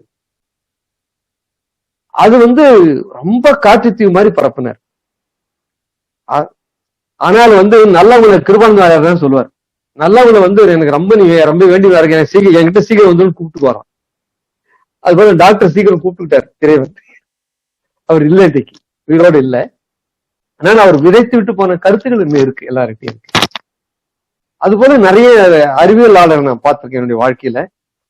ஆனால் என்னன்னா, அவங்க வந்து சன்மார்க்க பக்கம் வராம இருந்துட்டாங்க, அதான் பிரச்சனை. ஆனால் நம்ம டாக்டர் விநாயகமூர்த்தி ஐயாவுக்கும் தெலுங்கு அம்மாங்க ஒரு அட்வான்டேஜ்னா, அவர்கள் சன்மார்க்கத்திலையும் ஊறி இருக்கிறார்கள், மருத்துவத்துறையிலும் ஒரு இருக்கிறார். அதனால்தான் இந்த விளக்கத்தை அவரால் கொடுக்க முடியுது. இப்ப நான் வந்து உள்ளபடியே இதை வந்து நான் ஒரு 30 ஆண்டுகளாக சிந்திச்சுட்டு இருக்கேன் இதை. ஆனால் இந்த மருத்துவ அடிப்படையிலே இவ்வளவு பொருத்தம் இருக்குங்கிறது எனக்கு நேற்று இந்த போன வாரம் வகுப்பு முடிஞ்ச ஒண்ணுதான் எனக்கு தெரியும். டாக்டரியா சொன்னப்பதான் தெரியும். அதை ஒரு படம் போட்டுல எனக்கு அனுப்பிச்சார்.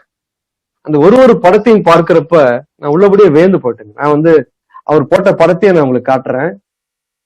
ஏன்னா அவர் வந்து கொஞ்சம் சின்னதா தெரிஞ்சுன்னு சொன்னார் இல்லையா, அதனால இன்னும் கொஞ்சம் டாக்டர் விளக்கலாம் பெருசா தெரியறப்ப. என்ன அபூர்வம் பாருங்க, எனக்கு எல்லாம் என் கண்ணில் கண்ணீரோட தான் நான் உங்கள்கிட்ட பேசிட்டு இருக்கேன். அவர் வந்து சயின்டிஸ்ட் ஆஃப் ஆல் டைம்ஸ் பெருமையா நம்ம சொல்றோமே, அது பெருமை இல்லை ஐயா, உண்மையே அவர் சயின்டிஸ்ட் தான்ங்கிறத அவர் டாக்டர் விளக்குறாரு. அதுதான் சிறப்பாங்க. பாருங்க, இப்ப ஸ்கிரீன் பெருசா தெரியும்னு நினைக்கிறேன். பாருங்க,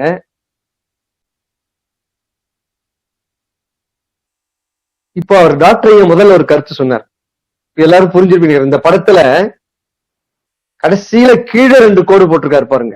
அது என்னுடைய நான் செல்போன்ல காட்டுறதுனால கர்சர் காட்ட முடியாது, என்னால லேப்டாப் கர்சரை காமிச்சிருப்பேன். அதனால குமாரவேல் ஐயா கீழே இருக்க 2 புள்ளி மாதிரி தெரிவிப்பாரு, டெஸ்டிஸ் எழுதிப்பாரு டாக்டர்ல. அந்த 2020 இந்த கையை கொஞ்சம் எடுத்திருக்கோமா, இந்த படத்தை மறைக்குது.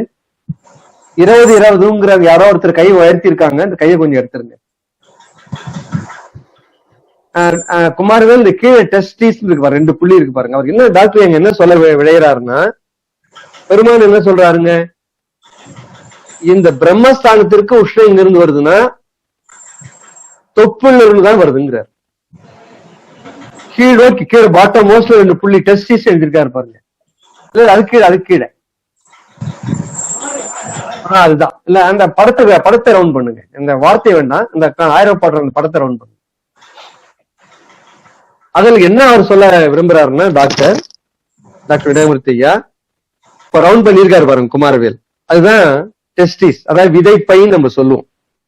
ஒரு ஆணுடைய விந்தணு உற்பத்தியாகி சேர்த்து வைக்கின்ற இடம். கிட்டத்தட்ட ஒரு 60-62 நாட்கள் அந்த இடத்துல இருக்கிற அந்த பைக்குள்ளே அந்த விந்தணு இருக்கு. அது எந்த விந்தணுக்குங்க? எதிலே இறைவனுடைய அருள் ஆணை உற்று அந்த விந்தணுவானது தாயுடைய வயிற்றிலே போய் ஒரு கருவாக உருவாக ஆக வேண்டும் என்று பெருமான் விளைகிறாரோ, அருட்பொழி ஆண்டவர் விளைகிறாரோ, ஆணையிடுகிறாரோ, அந்த விந்தணு 60 நாள் இருக்கும். அப்ப அதுக்கு அந்த பிரம்மஸ்தானத்துக்கு அந்த அந்த விந்தணுக்கு உஷ்ணம் வேணும் இல்லைங்க, இவ்வளவு செயல்படுவதற்கு. என்னன்னா அபூர்வமாக அந்த டாக்டர் என்ன ஒரு விந்தையை சொல்றாருன்னா, அந்த தொப்புள் பல்லுதான் உஷ்ணம் வருதுங்கிறார். அந்த ரெட் மார்க் பண்ணிருக்காரு பாருங்க, மேல இருந்து அப்படியே அதான் தொப்புள் இருந்து கீழே வருதுன்னு சொல்றாரு. ஆக அது ஓவரியாக இருந்தாலும் சரி, ஓவரிங்கிறதா மேல போட்டுருக்காரு 2 ரவுண்டு, 2 சிவப்பு கோடு மாதிரி போட்டுருக்காரு, ஒரு கவ்வ மாதிரி கீழ் வைக்க போட்டிருக்காரு. அது வந்து தொப்புள் பல்லுல தான் உஷ்ணம் வருது ஆஸ் பர் சயின்ஸ். சோ இந்த உயிர் உருவாகிற இந்த கேந்திரத்திற்கு, இந்த இடத்திற்கு எங்கிருந்து உங்களுக்கு உஷ்ணம் தாங்கிய சிவப்பணுகள் தாங்கி ரத்தம் வருதுன்னா தொப்புள் தான் வருது. பெருமாள் என்ன சொல்றாருங்க?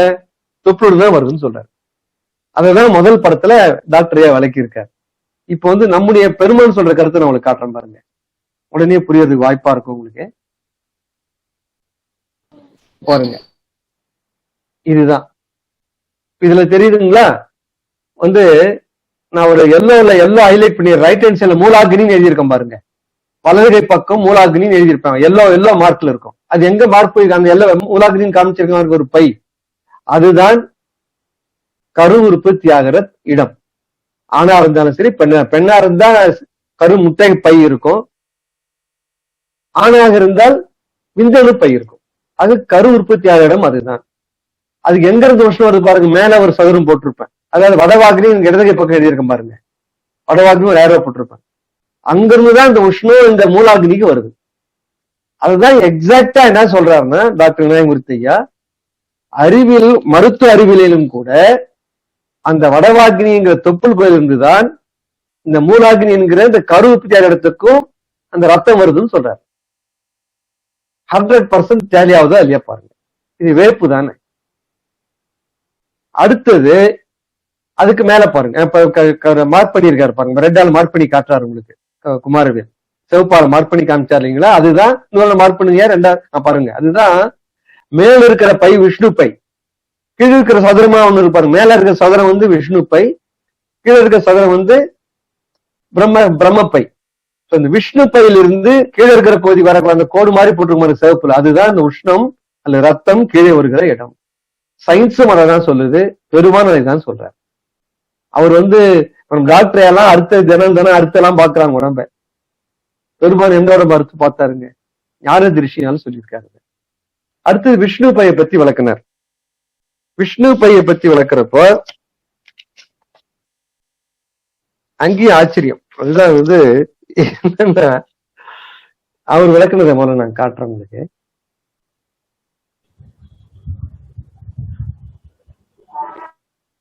விஷ்ணு பையில அவர் என்ன விளக்குனாருன்னா, அந்த அதே உஷ்ணம் அதே போல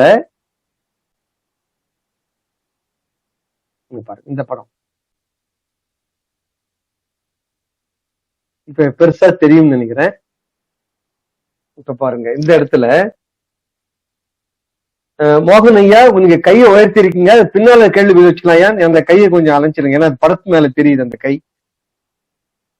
இப்போ ஒரு அதிசயம் என்ன சொன்னார்னா, நம்ம இறப்பை நான் தனியை வந்து அந்த படத்துல உங்களுக்கு ஏற்கனவே தனியை காமிச்சிருக்கேன். நம்ம சாப்பிட்ட உணவு 2 மணி நேரத்துல முதல் 1 மணி நேரத்தில் அமுத பாகம் பிரிந்து ஊட்ட வேண்டிய தத்துவங்கள்லாம் ஊட்டப்படுகிறது.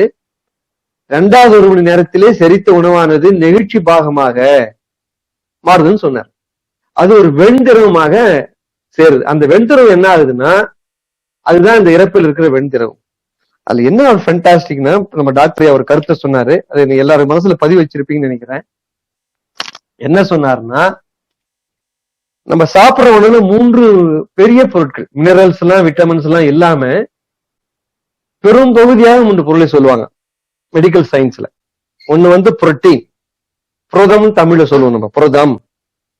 இந்த சாப்பிட்ட உடனே இறப்புல என்ன ஆகுதுன்னா, அங்க சில விதமான பலவிதமான அமிலங்கள்லாம் சுரக்கிறதுனால இந்த புரோட்டீன் வந்து அமினோ அமிலங்கள் சொல்லி ஒரு அமினோ அமிலங்களா மாறி. அமினோ அமிலங்கள்னா நைட்ரஜன் சேர்ந்த அமிலத்துக்கு அமினோ ஆசிட்ஸ் பேர். ஏன்னா நான் தெரியாதமா கெமிஸ்ட்ரி படிச்சு விட்டேன். ஆனா நான் சொல்றத இதெல்லாம் ரொம்ப ஆழ்ந்து படிப்போம் இந்த கெமிஸ்ட்ரி சைடு.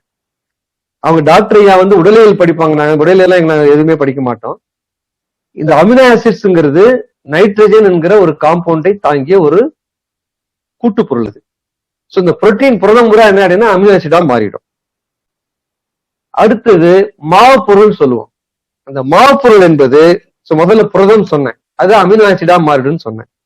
எங்க இறப்பையில. ரெண்டாவது எல்லா இதுல இருந்து வருது, உணவுல இருந்து வருது. 3 பெரிய பொருளும் உணவுல இருந்து தான் வரும். எந்த உணவு சாப்பிட்டு மிளகாய் சாப்பிட்டாலும் சரி, சர்க்கரை சாப்பிட்டாலும் சரி, அது அரிசி சாப்பிட்டாலும் சரி. அடுத்தது கார்போஹைட்ரேட். கார்போஹைட்ரேட்டை மாவு பொருள் சொல்லுவோம் தமிழ்ல. அது என்னவா மாறும்னா இந்த குளுக்கோஸ், ஃப்ரக்டோஸ், இந்த ஓஎஸ்சின்னு முடிஞ்சா அதெல்லாம் சர்க்கரைன்னு அர்த்தம் கெமிஸ்ட்ரியில.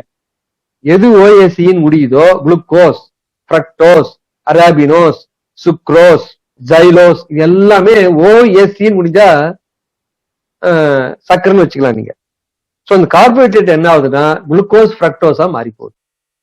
பல இன்னும் கூட சில சர்க்கரைகளாகவும் மாறுது. இது ரெண்டும் ஒரு பாயிண்ட் சொன்னார் டாக்டர், ஞாபகம் வச்சிருப்பீங்கன்னு நினைக்கிறேன். இது எல்லாமே நீரில் கரையக்கூடிய பொருட்கள். ஆக இது ரெண்டும் உருமாற்றம் ஆன உடனே இறப்பையில நீர்ல கரையினா ரத்தத்துல ஈஸியா கரைஞ்சிடும், கலந்துரும். இப்ப சர்க்கரை தண்ணியில போட்டா கரையுதா இல்லைங்களா?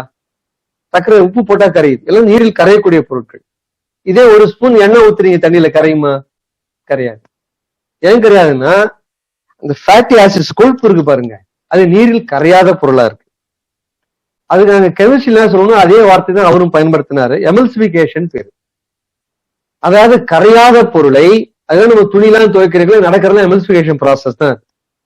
அது ஒரு தனி ஒரு அறிவியல் துறை. அது அந்த எமல்சிபிகேஷன்ங்கிறது எப்படி வந்து இந்த ஃபேட்ஸ் வந்து கொழுப்புலாம் வந்து எப்படி ஃபேட்டி ஆசிட்ஸா மாறுது, எப்படி என்னென்ன பொருளா மாறுது, என்னென்ன ரியாக்ஷனா மாறுது, அது வந்து தனி கெமிஸ்ட்ரி. அது எமல்சிபிகேஷனை நம்ம இப்ப எப்படி எடுத்துக்கலாம்னா, கரையாத பொருளா இருக்கு பாருங்க இந்த கொழுப்பு, அதை உருமாற்றம் செய்கிறது தான் அந்த ப்ராசஸ் தான் எமல்சிபிகேஷன் பேரு. என்னன்னா இந்த திரவம் இருக்கு பாருங்க, இது வெண்ணெய் நிறமா மாறுது பாருங்க. அது ஏதாவது மஞ்சள் நிறமா மாறப்படாதா, அது கருப்பு நிறமா மாறப்படாதா, பழுப்பு நிறம் மாறப்படாதா? அது இந்த வெண்திரவம்ங்கிற பெருமன் பயன்படுத்துறாரு பாருங்க, அது இந்த வெள்ளை திரவமாக இது மாறுகிறது அந்த அதிசயத்தை அவர் வந்து சொன்னார். அதுவும் நான் வந்து இறப்பையும் தனியை போட்டிருப்பாங்க, நான் இதெல்லாம் போன வாரம் காமிச்ச பையில இந்த ஒரு படத்துல பெருமான் சொல்லுற இடம் சொன்ன பாருங்க, அதை விஷ்ணு இடம் நான் சொல்லியிருப்பேன். எக்ஸாக்டா அவரு என்ன சொல்றாருன்னா, டாக்டர் நான் சொல்ற மாற்றம் இறப்பையில முடிஞ்சாச்சு, அந்த வெண்துணம் வந்தாச்சு, இப்போ உறிஞ்சணும் அடுத்தது. ஏன்னா இந்த விஷ்ணு பையோட வேலை என்னங்க, உணவில் சம்பாதிக்கப்பட்ட அந்த திரவத்திலிருந்து சத்தை பிரித்து எடுக்கணும். அதுதான் விஷ்ணு தானத்துடைய இடம். ஏன் பிரித்து எடுக்கணும்? அந்த சத்து தான் உடல் முழுவதும் போய் காப்பாற்றப்பட போகுது அந்த உடம்பை, இல்லைங்களா? அந்த உடம்பு காப்பாற்றப்பட வேண்டும் என்றால் இந்த சத்தானது உடலிலே ரத்தத்திலே சேர வேண்டும். எப்படி உடம்பு கூட யாருங்க கேரியர் யாரு எடுத்துட்டு போறவங்க யாரு? இப்ப போஸ்ட்மேன் போஸ்ட் லெட்டர்லாம் ஒரு வீட்டுல இருந்து பட்டுவாடா பண்ணுவது போல உடல் முழுவதும் சத்தை கொண்டு போய் யாரு சேர்க்கணும்? ரத்தம் தான் சேர்க்கணும். ரத்தத்துக்குள்ள அந்த சத்து போகணுமா இல்லைங்களா? அதுதான் விஷ்ணு சாணத்தோட வேலை. விஷ்ணு பை என்ன பண்ணணும்னா, அந்த வெண்திரவத்திலிருந்து சத்துக்களை பிரித்து ரத்தத்தில் சேர்த்தால்தான் அந்த ரத்தம் உடல் முழுவதும் பாய்கிற பொழுது இந்த சத்தால் உடல் முழுவதும் போய் இந்த உடல் காப்பாற்றப்படும். அப்பதான் அவனுக்கு காக்கும் தொழிலுங்கிற பேர் வர முடியும் விஷ்ணுக்கு. அதை என்ன டாக்டர் சொன்னாருன்னா, இந்த இன்டெஸ்டைன், ஸ்மால் இன்டெஸ்டைன், பெருங்குடல் சிறுகுடல் சொல்றோம் தமிழ்ல, அந்த சிறுகுடல்ல தான் உடலுடைய மிகப்பெரிய ஒரு தொழில் அது பண்ணுது. இந்த சிறுகுடல் வேலை செய்யலைன்னா மனுஷன் ஒரே மாசம் மெலிஞ்சு செத்துடுவோம். சாப்பிடுற சாப்பாடு தனி மலத்துலதான் போயிட்டே இருக்கும். ஒன்ஸ் பாஸ் த்ரூ மாதிரி உள்ள வரும் அப்படின்னு போயிட்டே இருக்கும் மலத்துல. ஆக அந்த சத்தை பிரிகிறதுக்கு எங்க முடியும்னா அந்த சிறுகுடலால் மட்டும்தான் முடியும். அந்த வேலை செய்வதாக டாக்டர் அழகா சொன்னார்.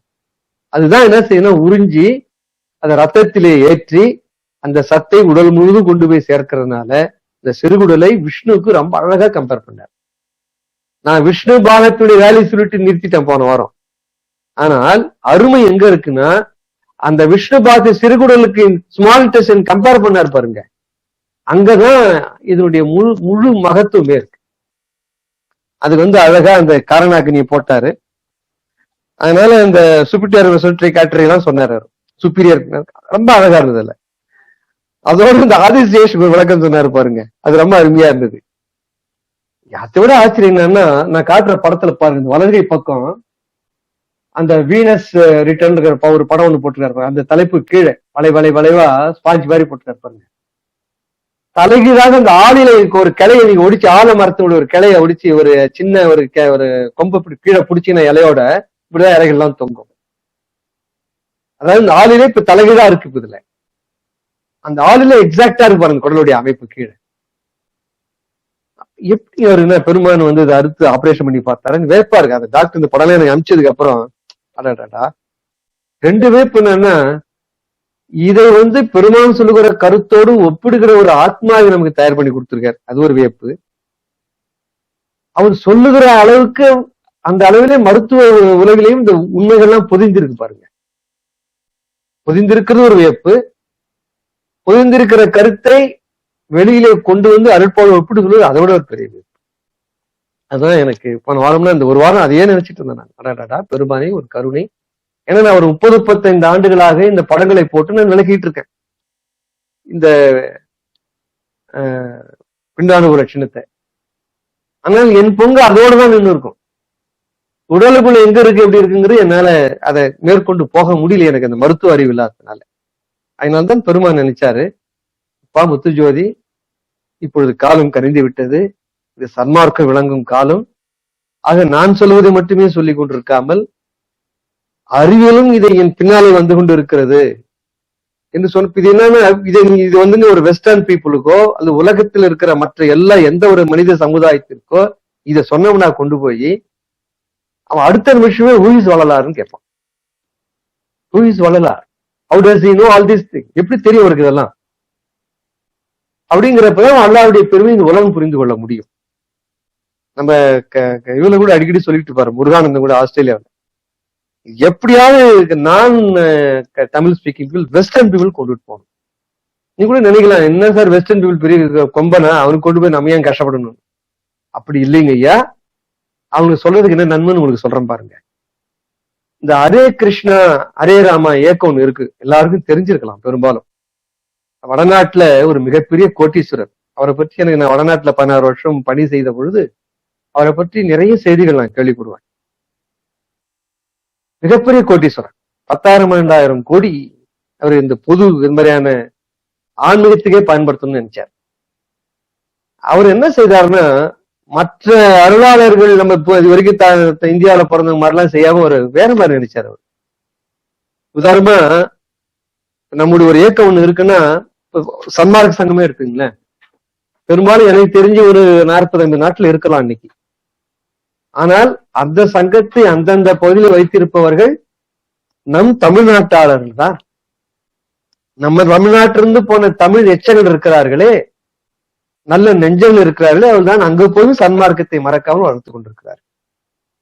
அவரே நினைச்சாரு, ஹரே ராம கிருஷ்ண இயக்கத்தை வடநாட்டுக்காரர் எல்லா நாட்டுக்கும் இதை கொண்டு செல்ல வேண்டும், அதற்காக என் சொத்து முழுவதும் பயன்பட வேண்டும். அது கூட பெருசு இல்லை. இப்ப வடநாட்டுக்காரர் தமிழனை விட அதிகமா இருக்கான் எல்லா நாட்டிலையும். அடிக்கடி போய் மாத கணக்கான தங்குற லண்டன் எடுத்துக்கிட்டீங்கன்னா, ஒரு சில பகுதினா அது நார்த் இந்தியாவா டெல்லியா ராஜஸ்தானான்னு தெரியாது, அப்படி இருக்கும். லண்டன்ல கிலோமீட்டர்ஸ் கணக்குல நார்த் இந்தியன் தான் இருக்காங்க. அது போல எல்லா நாட்டிலும் இருக்காங்க. அவர் என்ன செய்தாருன்னா, அந்த ஹரே ராம ஹரே கிருஷ்ண இயக்கத்தை அந்த வடநாட்டுக்கார அவருடைய மதத்தை அவருடைய இனத்தார்கள் இருக்கா மாதிரி மொழி பேசுன அவங்க கிட்ட கொடுக்கல, வெள்ளக்காரன் கொண்டு போய் கொடுத்தாரு. ஸ்பெயினுக்கு போறாருன்னா ஸ்பானிஷ் ஸ்பீக்கர்கிட்ட கொடுத்தாரு. ஸ்வீடனுக்கு போனாருன்னா அங்க இருக்கிறவங்க கிட்ட கொடுத்தாரு. லண்டனுக்கு போனா வெள்ளக்காரன் இங்கிலீஷ்காரன் பிரிட்டிஷ்காரங்கிட்ட கொடுத்தாரு. அமெரிக்காவுக்கு போனா அமெரிக்காரன் கொடுத்தாரு. ஏன்னா நான் பல நாடுகளுக்கு போகிற பொழுதெல்லாம் இந்த இயக்கங்களை அங்கங்க போய் பார்ப்பேன். ஆனா நான் சொல்றேன், கற்பனை சொல்றேன்னு நினைக்காதீங்க. இப்ப நான் லண்டன் போனேன்னா அங்க போய் தங்கி ஒரு நாள் அந்த ஹரே ராம கிருஷ்ணாவில உணவெல்லாம் எடுத்திருக்காங்க. ஆனால் அந்த எல்லைக்குள் நுழைவில் இருந்து வெளியே வர வரைக்கும் அவ்வளவு பேரும் வெள்ளைக்காரன் தான். எல்லாம் அழகா மழிச்சு தலையை வழிச்சிட்டு பின்னால் ஒரு அழகா ஒரு குடிமி போட்டு முடிச்சு போட்டு தொங்குதல்ல. வெள்ளை வெள்ளையர் வேற இருப்பானுங்களா, அந்த முடி பின்னால தொங்கும், வெள்ளை இங்க கருப்பு சேர்ந்த கலர்ல ஒரு குடிமி, அது ஒரு முடிச்சு வெள்ளை வெள்ளையன்னு இருப்பான். நெற்றியில் அழகா சந்தனமும் வெள்ளையும் போட்ட ஒரு பட்ட நாமம் நடு மண்டை வரையில ஒரு வெள்ளை துணி அங்கவஸ்திரம் மாதிரி கட்டியிருப்பான். அந்த இது மாதிரி கீழ்பாய்ச்சி மாதிரி கட்டியிருப்பான், பஞ்சகட்சம். அதுல ஒரு ஆனந்தம் அவங்களுக்கு. டிப்பிக்கல் ஒரு இந்தியன், நார்த் இந்தியன் ஒரு பிராமின் மாதிரி அவ்வளவு வெள்ளைக்காரன். அப்படி தமிழ மாதிரி தமிழ் மாதிரி இந்தியன் மாதிரி குஞ்சு கூப்பிட்டு உள்ள கூப்பிட்டு போவான். எதுக்கு சொல்ல வர ஐயா, அத்தனை நாடுகளில் இன்னைக்கு எத்தனை நாட்டுல இருக்கு அரேபிய மலேசியால நாடே இருக்காது. அந்தந்த நாடுகளில் அந்தந்த நாட்டுக்காரன் தான் கொடுத்தாரு. நான் நினைக்கிறது உண்டு. அவர்கிட்ட என்ன நன்மைன்னு கேட்டீங்கன்னா, அந்த பகவத்கீதையை பிரிண்ட் பண்ணி தெருவா வீதி வீதியா ஒரு ரூட்ல எங்க நான் சொல்றது வெளிநாட்டுல நார்த் சென்னையில் நின்றுகிட்டு அப்படியே கீழே குனிஞ்சு அந்த கீதை உங்ககிட்ட கொடுப்பான். அவன மாதிரி தெருவில் இறங்கி ஒன்ஸ் நம்பிட்டான்னா அதுல அதி தீவிரமா இறங்கிடுவாங்க வெள்ளக்காரன். இதுல இப்போ 100 வருஷத்துக்கு நம்முடைய பெருமானுடைய ஞானம் அவன் கிட்ட கிடைச்சிருந்துன்னா இன்டர்நேஷனலா தாண்டி அதுக்கு நிலவுதான் எடுத்து போயிட்டு இருப்பான். அவ்வளவு தீவிரமா இறங்கிடுவான். அதுக்கப்புறம் யோசனையே பண்ண மாட்டான். நம்பியாச்சுன்னா அவ்வளவுதான், போயிட்டே இருப்பான் கிடுக்கிட்டு. அதனாலயா இப்படி இந்த சன்மார்க்க ஞானம் என்பது நம்மை போன்ற ஒரு 40 வயசு 50 வயசு 60 வயசு எதை என்ன மாதிரி ஒரு 70 வயசு எல்லாம் சேர்ந்து உட்காந்துட்டு ராமகோவிந்தான் அப்படியே ஒரு க்ளோஸ் என்க்ளோஷர்ல உட்காந்துட்டு பேசிட்டே இருந்தா 150 வருஷத்துல இருந்து 200 வருஷத்துக்கு தான் போகும். இது வெளியுலகத்துக்கு செல்ல வேண்டும் என்றால் அறிவியல் சார்ந்த ஒரு ஞானம். இது ஒரு நம்பிக்கைப்பாற்பட்ட ஞானம் அல்ல, அறிவியல் சார்ந்த ஞானம். இது பெருமான் சொல்லுகிற அத்தனையும் அறிவியல் சார்ந்த ஞானம். அந்த உணர்வு வந்தால்தான் பெருமான் சொல்லுகிற மனமிலா பெருவாலும் அறிவியல் சார்ந்த உண்மைங்கிறது நம்ம உலக மக்கள் நம்ப முடியும். He speaks pure science-ங்க, பியூர் சயின்ஸ். நான் கெமிஸ்ட்ரி படிச்சதுனால நான் வேந்து சொல்றேன். என்னென்ன மாடல் நடக்க முடியும், என்னென்ன செயல்கள் செய்ய வேண்டும், அவருடைய அறிகுறி தான் இப்படி டாக்டர் விநாயகமூர்த்தி அவர்கள் இந்த மெடிக்கல் சயின்ஸ் வகையில் இது நடக்கிறார். அதனால இந்த அவர் அழகா சொன்னார் பாருங்க, இறப்பையில இருந்து ஆரம்பிச்சார். வடவாக்கினி, விஷ்ணு இருக்கிற இடம், வெள்ளை திரவம், சூரிய, இந்த காரணாகினி, இந்த ஆளிலை வடிவம் எல்லாத்தையும் சொன்னார். ரொம்ப அழகா கொண்டுட்டு போனாரு. அந்த வயிற்றுல அதுதான் நம்ம தனி இறப்பை நான் போன தடவை இந்த படம் போட்டு விளக்கியிருந்தேன். அது விஷ்ணு சாதத்துக்கு தொடர்பு அல்ல, அதை கொஞ்சம் புரிஞ்சுக்கணும் நம்ம. அதான் அவரும் விளக்கி சொல்லியிருந்தாரு. ஏன்னா அந்த சமத்துலதான் இந்த ஹைட்ரோகுளோரிக் ஆசிட், அந்த பெப்டைன்ங்கிற அந்த இது ஒரு என்சைம் எல்லாம் சுரக்கிறதுலாம் அங்கதான் அந்த உணவு தான் தெரிக்கப்படுங்கிற கருத்தை அழகா சொன்னார். அப்புறம் அடுத்த படம் பெருமை ஐயா என்ன விளக்குனாருன்னா, அந்த படத்தையும் உங்களுக்கு நான் போடுறேன்.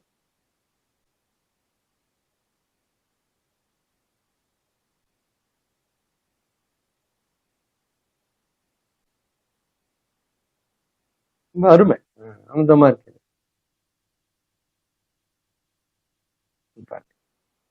இது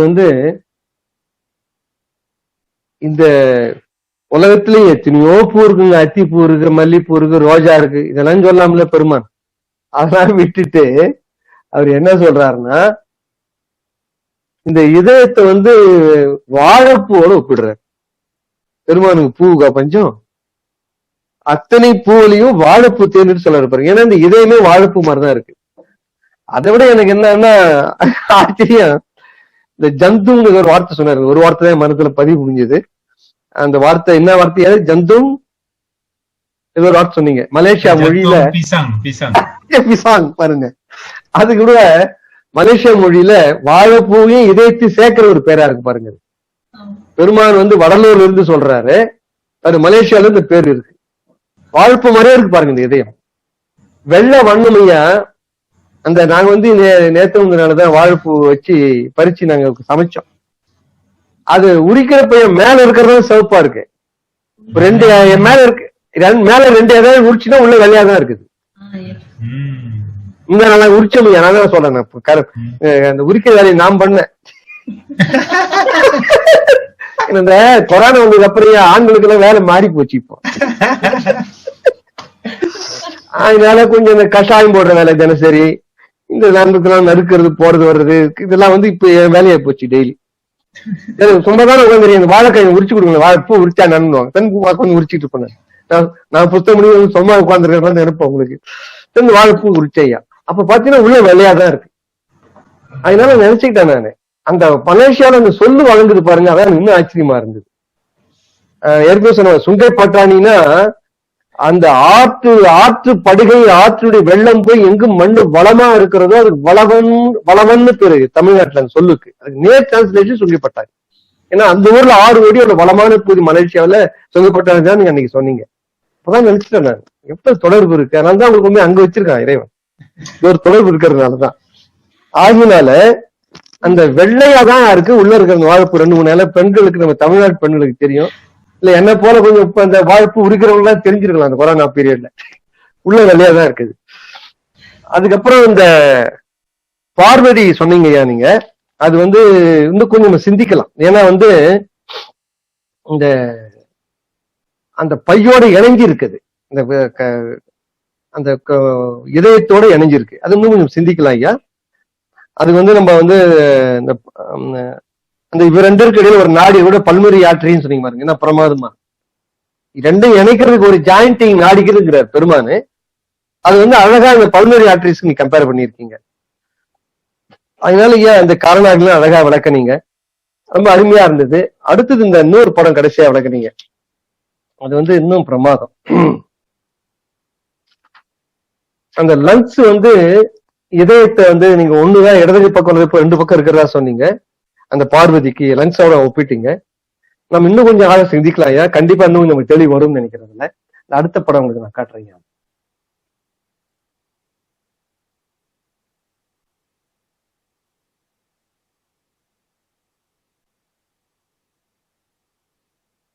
இதுல வியப்போ வியப்பு.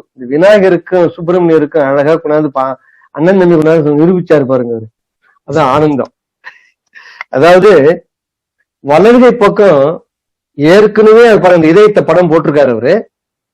அதுல பாருங்க அதுல 5 பிரிவு உள்ள ஐயா பெருமான் கவருடையன்னு சொல்லுவார். கவர்னா நான் பிரிவுன்னு சொன்னேன். தமிழ்ல என்ன கவர்னா என்ன பொருள்னா பிரிவு. 5 பிரிவுடைய ஒரு நாடி, அங்க ரத்த நாடம்னு சொல்றாரு. இன்னொரு கருத்துட நான் டாக்டர் சொல்லணும்னு நினைச்சேன். பெரும்பாலும் நாடி என்பது சூக்கும பொருள், நரம்பு என்பது தூல பொருள். ஆனா இந்த பிண்டார லட்சணம் படிக்கிறப்ப ஒரு அனுபவம் எல்லாருக்கும் கிடைக்கலாம். பெரும்பாலும் நரம்பு அடிக்கடி பயன்படுத்துறாரு. நான் நினைச்சுக்கிட்டேன், இந்த நாடிகளை பத்தி பேசுறப்ப இது சூக்கும பொருளாச்சு, இதுக்கு நரம்பு சொல்லாம, நரம்பு என்பது தூல பொருளாச்சு, பிசிக்கல் பாடியா, பிசிக்கல் மெட்டீரியல் ஆச்சுன்னு. இப்ப பாருங்க, நீங்க அந்த நரம்புகளோடு ஒப்பிடுவதற்கு ஏற்றாற் போல பெருமாள் நரம்புங்கிற சொல்ல பயன்படுத்துறாரு. ஆக வலது அந்த 72,000 நாடிகள் கண்டுபிடிக்க முடியாதுங்க, ஏன்னா சூக்கும ஐயா.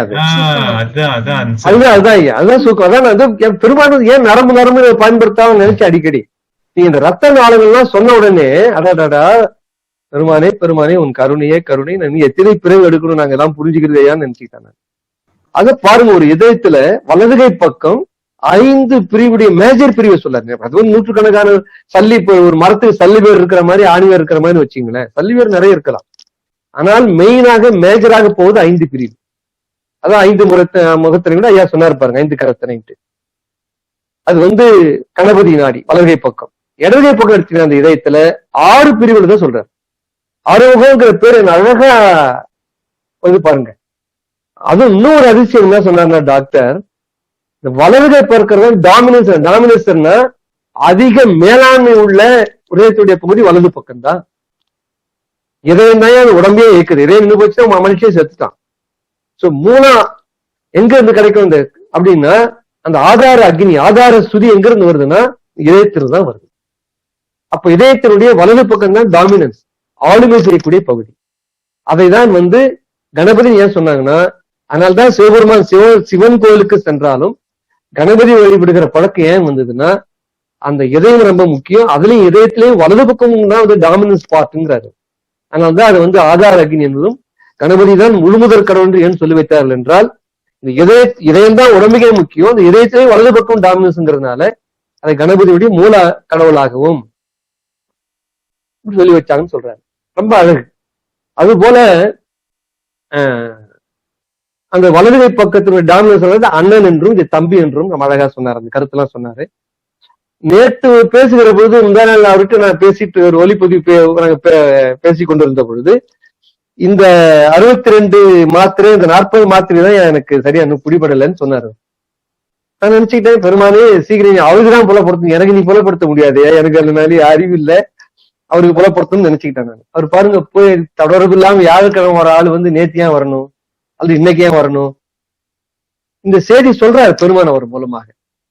அந்த எலக்ட்ரிக்கல் பல்ஸை வச்சு அதிகப்படியான எலக்ட்ரிக்கல் சிக்னல் கிடைக்கிறதே இந்த வலதுகை பக்கம்தான். ஆக எந்த பக்கம் சிக்னல் அதிகமா இருக்கோ அது அண்ணன், சிக்னல் கம்மியா இருக்கிறது தம்பி. அதாவது இந்த பிரெயின்ல கூட நியூரான்ஸ் எல்லாம் சொல்றாங்க இல்லையா, இந்த ஹோல் பாடி இந்த சிக்னல் பூரா இதை நாங்க சொல்லுவோம். நாங்க வந்து டெக்னிக்கலா பிராக்டிஸ்ல எப்படி சொல்லுவோம்னா, அது வந்து அதாவது எலக்ட்ரிக்கல் கேபிள்ஸ் வேற, இந்த இன்ஸ்ட்ருமெண்டேஷன் சிக்னல் போற கேபிள்ஸ் வேற. எலக்ட்ரிக்கல் கேபிள்ஸ் எல்லாம் 12,000 வோல்ட்டும் போகும், 440 வோல்ட்டும் போகும். எலக்ட்ரிக் சிக்னல் இந்த 4 to 20 மில்லியன்ஸ்ல தான் போகும், அவ்வளவு ஒரு லோ கரண்ட்ல போகும். ஆனால் இந்த 4 to 20 மில்லியன்ஸ்ல போற அந்த கரண்ட் தான் இந்த ஹோல் ஃபேக்டரி கண்ட்ரோல் பண்ணும். அதுபோல இந்த எலக்ட்ரிக்கல் சிக்னல் தான் அந்த ஹோல் இதயம் இயங்குறதுக்கு இந்த பல்சேட்டர் மாதிரி அது இயங்குவதற்கு அதுதான் காரணமா இருக்கு.